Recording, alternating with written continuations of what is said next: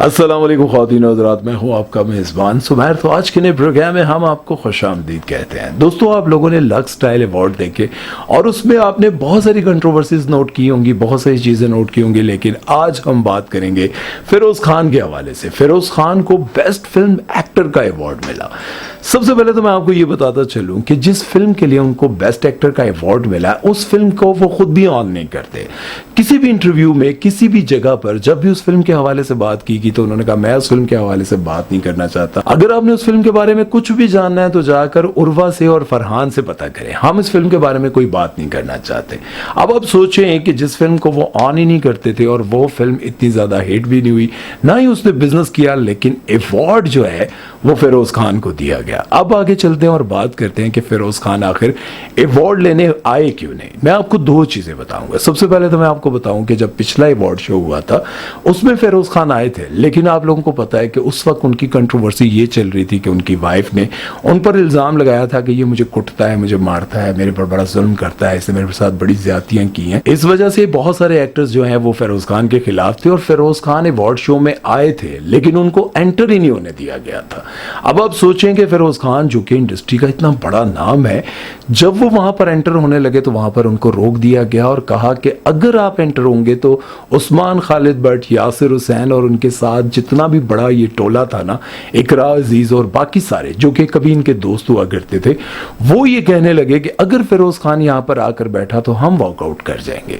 अब आप सोचेंगे जब फिरोज खान एंटर हो रहे हो और उनको पता हो कि मैं अवार्ड जीतूंगा और बाकियों को पता चल रहा हो कि हम कोई भी अवार्ड नहीं जीतेंगे, वहां पर वो फिरोज खान को कैसे बर्दाश्त कर सकते हैं। लेकिन इस बार फिरोज खान को फिर से कंफर्म था कि मैं अवार्ड जीतूंगा, लेकिन इस बार फिरोज खान ने अवार्ड शो में आने से इनकार कर दिया और उन्होंने कहा कि मैं इसलिए नहीं आ रहा क्योंकि बड़ी जितनी भी एक्ट्रेस हैं वो ऐसे बेहुदा लिबास पहनती हैं जो कि मुझे अच्छे नहीं लगते। अब आप सोचेंगे यार फिरोज खान क्या बयान दे रहे हैं, जबकि आप लोगों को पता है पिछले दिनों उनकी नजीबा फैज के साथ ऐसी तस्वीरें आई थी सामने जिसकी वजह से लोगों ने बड़ा इतराज किया था। उन्होंने कहा था कि मेरा नजीबा के साथ बड़ा एक रूहानी ताल्लुक है, लेकिन लोगों ने यह कहा था कि अगर आपका रूहानी ताल्लुक है तो फिर आप ये कैसे लिबास पहनकर उनके साथ तस्वीरें बना रहे हैं।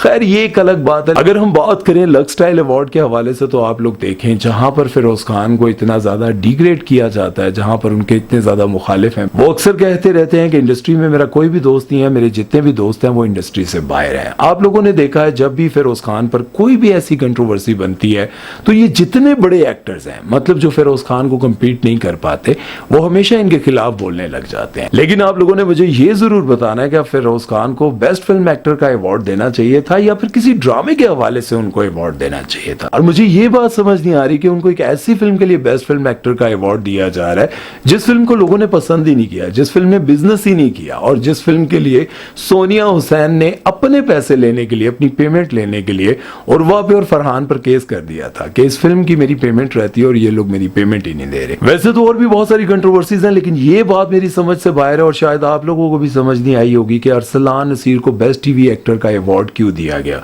सीबीए के नाम से यूट्यूब चैनल चलाते हैं और उसके बाद इन्होंने ड्रामों की तरफ रुख किया। अभी हाल ही में इन्होंने 3-4 ड्रामों से स्टार्ट किया था। 1-2 साल हुए होंगे इनको टीवी ज्वाइन किए हुए, लेकिन ये बात मेरी समझ से बाहर है कि इनके साथ फहद मुस्तफ़ा, हुमायूं सईद, नुमान एजाज और अरसलान नसीर, इनमें से बेस्ट टीवी एक्टर का अवार्ड जो है वो अरसलान नसीर को दिया गया है।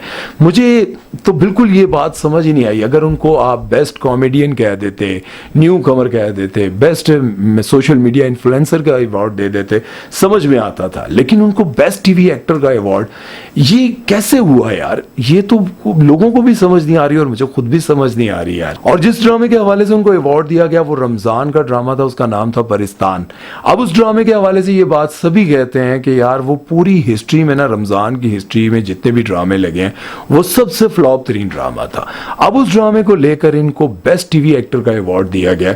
ये इतनी बड़ी कंट्रोवर्सीज मुझे समझ नहीं आती। वैसे तो मैंने बॉलीवुड के बड़े बड़े एक्टर से सुना था कि ये पहले से तय होता है किसको अवार्ड देना है, किसको नहीं देना, ये बस गेम होती है। मतलब अवार्ड जीतने के लिए उनको बहुत सारी चीजें करनी पड़ती हैं, बहुत सारे लोगों की बातें माननी पड़ती हैं और पता नहीं क्या कुछ करना पड़ता है। इसी तरह से जब मैं अपने अवार्ड शोज देखने लिखने लगा हूं और इन चीज़ों को देखने लगा हूं तो मुझे भी ये बात समझ में आने लग गई है कि यार यहाँ पे क्या क्राइटेरिया है। अगर आप नुमान एजाज, फहद मुस्तफ़ा, फिरोज़ खान और इन सारों को एक तरफ रखते हैं और साथ में अरसलान नसीर को रखते हैं तो फिर अवार्ड जो है वो अरसलान नसीर जीत जाते हैं, तो ये बात समझ से बाहर है। इसका मतलब है कि Noman Ejaz best TV actor नहीं है, फहद मुस्तफ़ा नहीं है, हुमायूं सईद नहीं है, अरसलान नसीर है। उनकी कामयाबी से जेलसी नहीं हो, अल्लाह ताला उनको और कामयाब करे। लेकिन यहाँ पर लॉजिक की बात है। यहाँ पर अगर नुमान एजाज को देखा जाए तो नुमान एजाज ने बहुत सारे ड्रामों में बड़ी आला कारकर्दगी दिखाई है।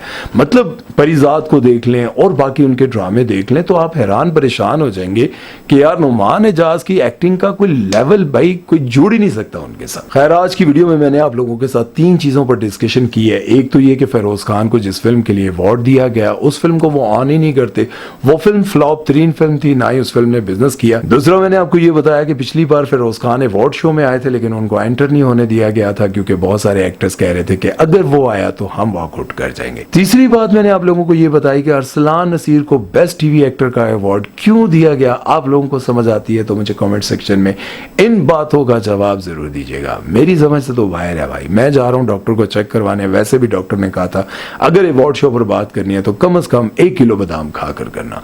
तो बादाम खत्म हो गया, बादाम लेने के लिए जा रहा हूं। तब तक के लिए अपना ख्याल रखिएगा। सुमैर चौधरी को दीजिए इजाजत। सबा कमर को मेरा बहुत दिली सलाम। और कौन अल्लाह हाफिज। सबा कमर को बेस्ट फिल्म एक्टर का अवार्ड मिला और इसमें कोई शक नहीं कि सबा कमर बहुत अच्छी एक्ट्रेस है।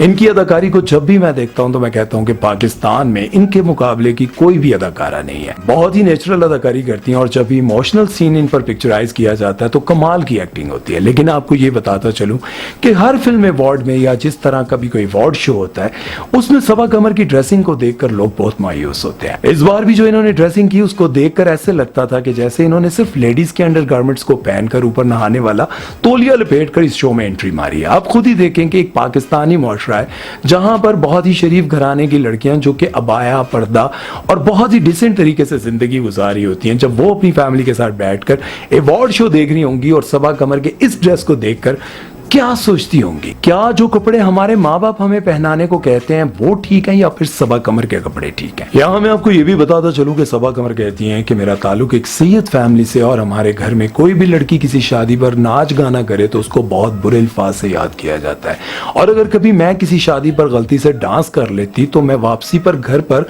माँ से बहुत ज्यादा पिटती थी। आज उनकी ड्रेसिंग को देखकर आपको क्या लगता है? क्या वाकई उनका ताल्लुक एक ऐसी फैमिली से है जो इस तरह के कामों को बहुत बुरा समझती हो? एक और भी अदाकार हैं जिनका नाम है माहम शाहिद और वो अक्सर अपने आप को मामिया भी कहलवाती हैं। इनका ताल्लुक भी पहले सोशल मीडिया और मॉडलिंग से था और इन्होंने अपने करियर का आगाज भी सोशल मीडिया इन्फ्लुएंसर के तौर पर किया, लेकिन फिर वो ड्रामों में आ गई और ड्रामों में भी खूब काम किया और उनके कामयाब तरीन ड्रामों में से है मिसनी और कॉलेज गेट। इनसे उन्होंने बहुत शोहरत हासिल की। माहम अक्सर बेहुदा लिबास पहनकर और वल्गर किस्म का फोटोशूट करवाकर अक्सर सोशल मीडिया पर डालती रहती हैं। लोगों को इसलिए इनसे कोई उम्मीद नहीं थी कि ये कोई अच्छा और डिसेंट लिबास पहनेगी, लेकिन लोगों को उम्मीद थी तो हिबा बुखारी से। और जब हिबा बुखारी का ड्रेस भी लोगों ने देखा तो लोगों को बहुत बुरा लगा। वैसे तो हिबा बुखारी कई सालों से टीवी ड्रामों में काम कर रही हैं और लोग इनकी बेहतरीन और डिसेंट किस्म की ड्रेसिंग और इनकी मासूमियत की वजह से इनको बहुत पसंद करते हैं, लेकिन इस बार इनकी ड्रेसिंग की वजह से लोगों ने इनको काफी नापसंद किया, बल्कि वो खुद भी इस ड्रेस में